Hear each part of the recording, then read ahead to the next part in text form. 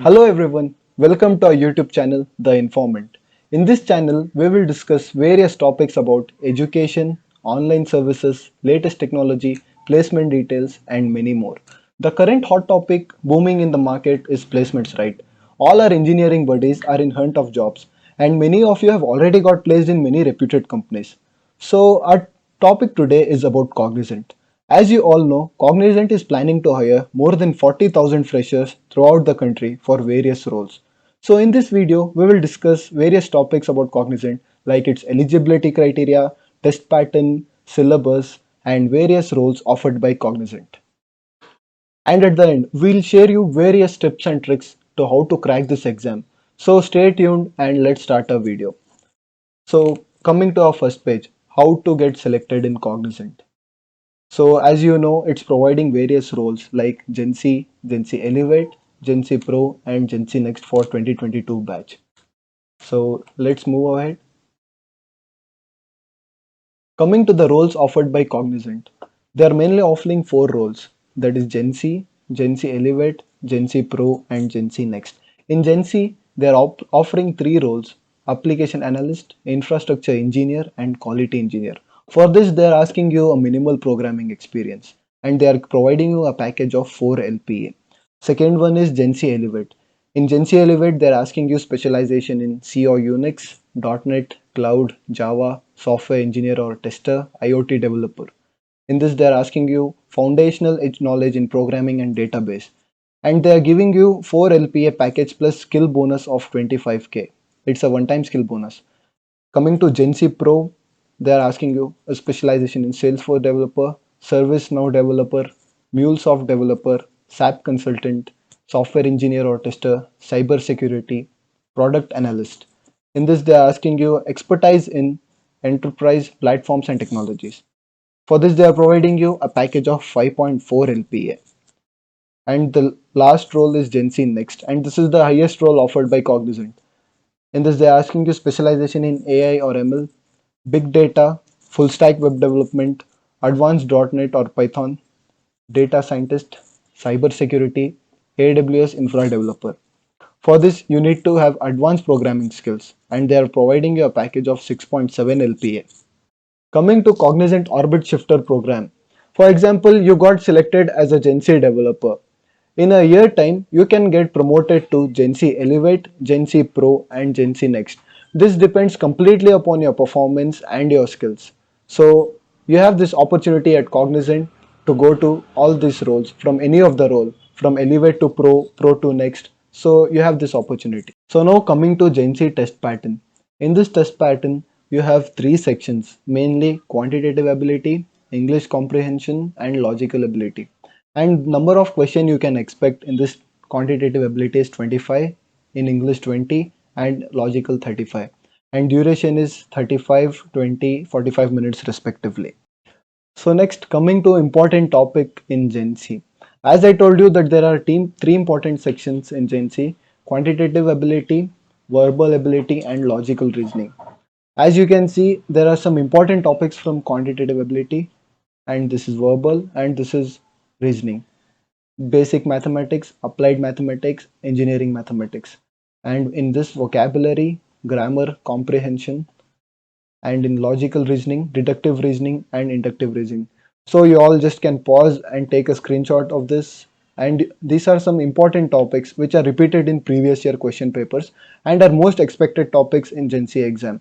So if you note this topic, it will be really helpful for you in this Cognizant. So next, coming to Gen C Elevate test pattern. In this Gen C Elevate, you have two rounds, round 1 and round 2. Round 1 consists of code and conceptual analysis. Round 2 consists of coding test.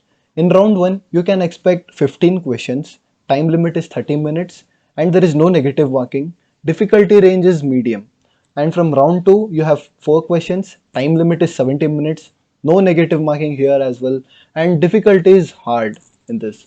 So both the rounds are for Gen C Elevate. Now coming to the selection procedure of Cognizant. As you can see, the first step is registration. You will get a registration link from your respective college TPO.